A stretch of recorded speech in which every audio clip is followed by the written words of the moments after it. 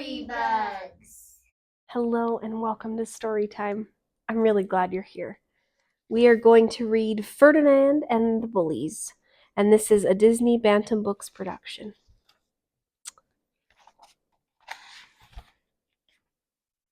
Most bulls in Spain wanted to fight in the bull ring. Ferdinand did not. He liked to sit under his favorite cork tree. He liked to smell the flowers.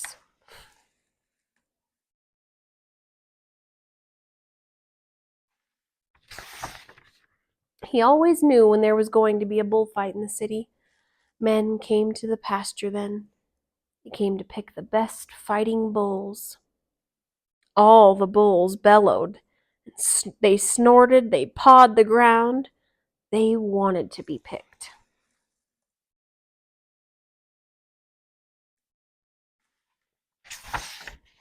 Ferdinand did not. He sat under his cork tree. He just smelled the flowers. Each time the men came, they took away one of the bulls in a truck. The rest were sad because they had not been picked. But Ferdinand was not.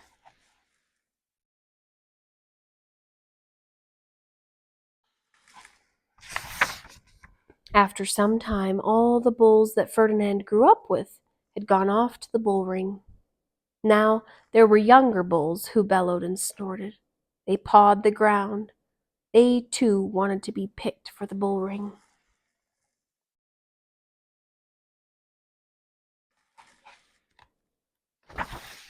The young bulls watched Ferdinand as he sat under his cork tree. They made fun of him all day long. One young bull did not make jokes about Ferdinand. That was his nephew, Raymond. Raymond liked his uncle. He did not like to hear the young bully's jokes.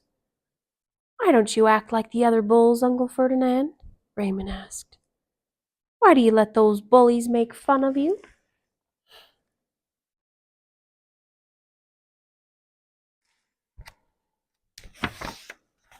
"Any fool can make a lot of noise," Ferdinand told Raymond.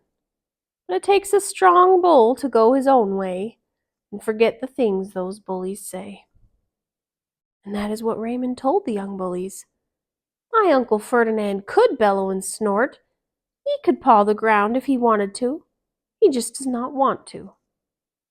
The young bullies did not believe that for a minute. They snickered and sneered.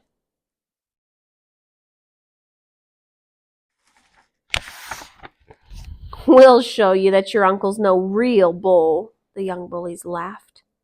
They pulled up some of Ferdinand's favorite flowers. They snorted and pawed the ground. They got closer and closer to Ferdinand. Ferdinand felt sad. He didn't like to see the flowers spoiled.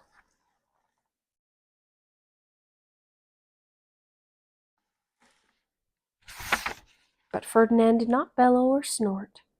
He just settled down to sleep under his cork tree. While Ferdinand slept, the bullies tied his tail to the tree.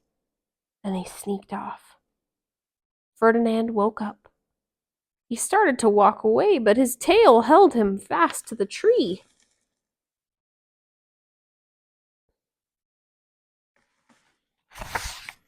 The bullies watched. "Now we'll see if he can bellow and snort."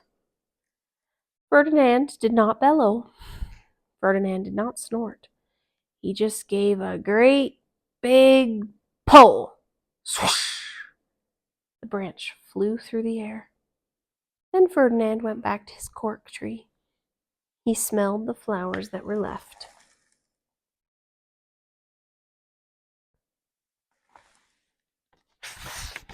But the young bullies would not give up. At one end of the pasture, they found a tree covered with vines. They pulled down some long vines. Then the bullies waited for night. While Ferdinand slept, the bullies crept over to him very quietly. They wound the vines all around him.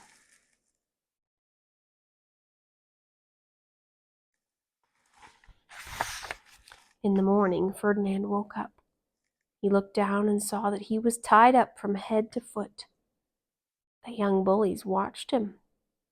What would Ferdinand do now? Ferdinand was angry, but he knew that bellowing and snorting would not help.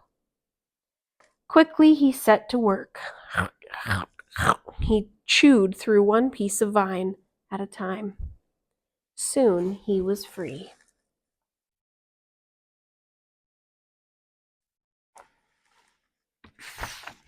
Later that morning, Raymond came over to sit with his uncle. "Those bullies told me about the trick they played on you, Uncle Ferdinand," he said. "Someone should teach them a lesson. Why don't you do it?" "Yes, Raymond, someone should teach them a lesson," Ferdinand agreed. "Don't let them upset you. Forget about their silly tricks. Let's go get something to eat."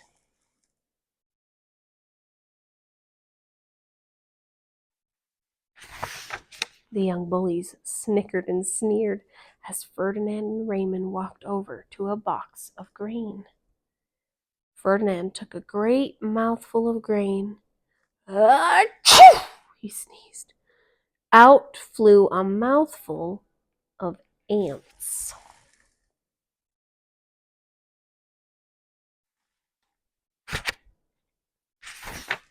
That morning, the bullies had left a line of grain from Ferdinand's favorite box to a nearby ant hill. Now Ferdinand's grain was filled with ants. Slowly, Ferdinand turned around.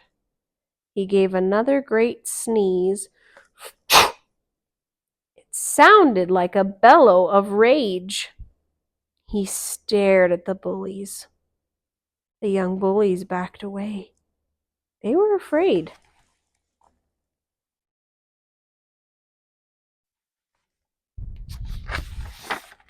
But Ferdinand did not bellow. He did not snort. He did not paw the ground. He took a deep breath. Then he walked to the pond for a quiet drink. Now the young bullies decided not to play any more tricks on Ferdinand. Instead, they would pick on Raymond. "You aren't a real bull either," they sneered at him. "I am too a real bull," he cried. "No, you're not," they shouted.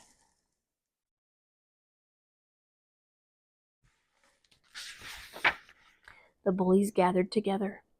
They made a circle around Raymond and butted him with their sharp horns. Poor Raymond was no match for them all.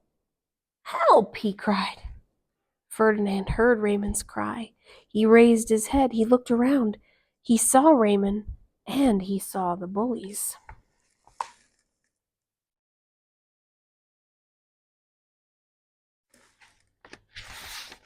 Ferdinand's eyes flashed.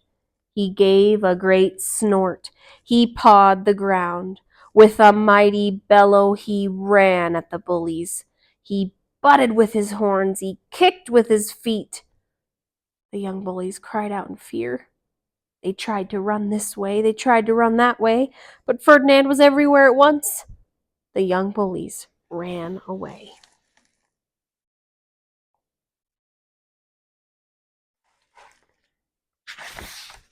Ferdinand shook his head and swished his tail.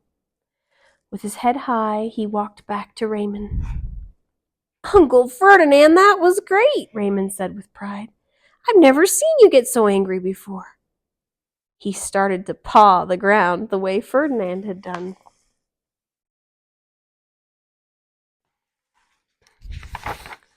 The young bullies just watched.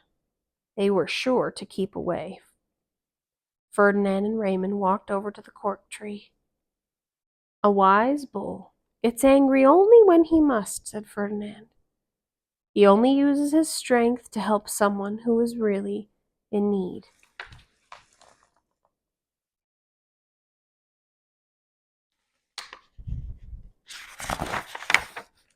"Uncle Ferdinand, when I grow up, I want to be just like you," said Raymond. He settled down with Ferdinand under the cork tree, and together they smelled the beautiful flowers.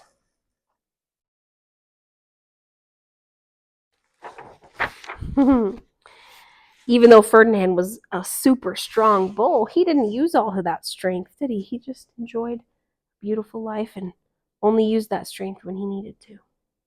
That was a cool story. Thank you guys for joining me, and I hope you'll come back for another one. If you guys enjoyed reading that story, would you please click subscribe down below? We read new stories just like this one every day, and we would love to let you know when there's a new story to listen to.